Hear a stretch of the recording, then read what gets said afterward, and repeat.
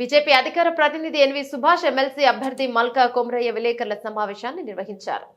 ఈ విషయాలన్నింటినీ కూడా మనం గట్టిగా ఫైట్ చేసి వాళ్ళకు ఇష్యూలన్నిటి మీద కూడా ఒక సొల్యూషన్ రానికి సెంట్రల్ గవర్నమెంట్తో ప్రయత్నం చేసి కోఆర్డినేట్ చేసి తీసుకురావడం అనేది ఒక ఉద్దేశము.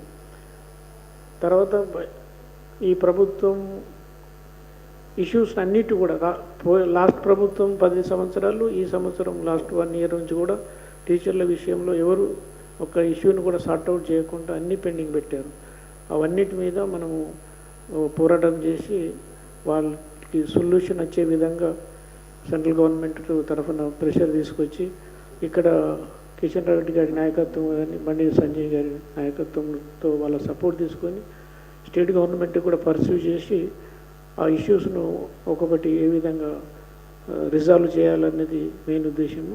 ఇప్పటికే చాలామంది టీచర్లందరితో కూడా మాట్లాడుతున్నాము. చాలామంది అందరూ సపోర్టు చేయడానికి రెడీగా ఉన్నారు. నేను నా వంతుగా 94 నుంచి విద్యా సంస్థను నడుపుతున్నాము. ఒక 6,000 టీచర్స్ మా దగ్గర పనిచేస్తున్నారు. టీచర్స్కు ఏ విధంగా సమస్యలు ఉంటాయి, ప్రైవేట్ టీచర్లైనా గవర్నమెంట్ టీచర్లైనా సమస్యలు ఆల్మోస్ట్ ఒకటే ఉంటాయి. తర్వాత విద్యార్థులకు ఏ విధంగా వాళ్ళ ఇష్యూస్, పేరెంట్స్ ఇష్యూస్, నాకు లాస్ట్ 40 ఇయర్స్ నుంచి ఒక అండర్స్టాండింగ్ ఉంది.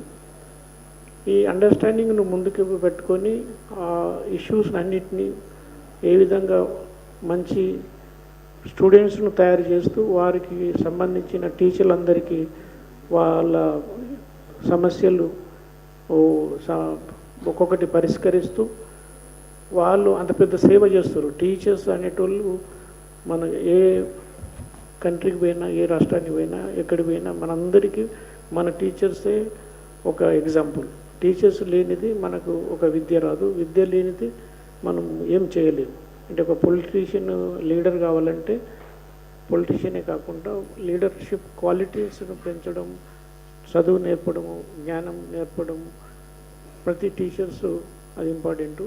ఎట్లయితే మన టీచర్స్లో మన డాక్టర్ సర్వేపల్లి రాధాకృష్ణన్ కానీ, అబ్దుల్ కలాం గారు కానీ, మీరు ఎవరిని చూసినా కానీ వాళ్ళు ఒక గ్రేట్ ఎగ్జాంపుల్స్. అందులో భాగంగానే మన టీచర్స్ కూడా వాళ్ళకు సరైనంత సమయం ఇచ్చేస్తూ ప్రతి ఒక్కరూ కొంతమంది టీచర్స్ స్టూడెంట్స్ను మంచి పౌరులుగా చేస్తున్నారు. నేను కూడా విలేజ్లో ఒక నార్మల్ ప్రైమరీ స్కూల్, అంటే మా విలేజ్లో ఓన్లీ క్లాస్ 3rd వరకు ఉండే. తర్వాత నెక్స్ట్ విలేజ్కి ఒక 5 కిలోమీటర్లు నడుచుకుంటూ పోయి అప్పన్నపేట అనే విలేజ్లో 10th వరకు చదువుకొని అక్కడికి వెళ్ళి కరీంనగర్లో ఇంటర్మీడియట్ కంప్లీట్ చేసుకొని మళ్ళీ ఉస్మానియా యూనివర్సిటీలో ఇంజనీరింగ్ చేశాం. బట్ స్టూడెంట్స్ లైఫ్లో ఏ విధంగా విలేజ్లలో కష్టపడతారు అవన్నీ వాళ్ళ ప్రాబ్లమ్స్ అన్నీ తెలుసు.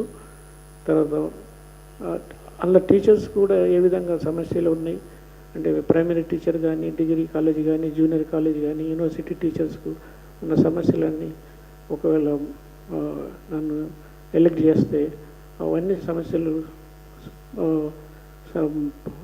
పాసిబుల్ వేలో సొల్యూషన్ తీసుకురావడం అనేది నా లక్ష్యము. ఈ లక్ష్యంలో నా వంతుగా మ్యాక్సిమం కృషి చేస్తాము. అయితే గవర్నమెంట్ పార్టీ, కేంద్ర పార్టీ, మన స్టేట్ పార్టీ అందరూ లీడర్స్కు నా మీద నమ్మకం పెట్టి ఈ అవకాశం ఇచ్చినందుకు అందరికీ ధన్యవాదాలు.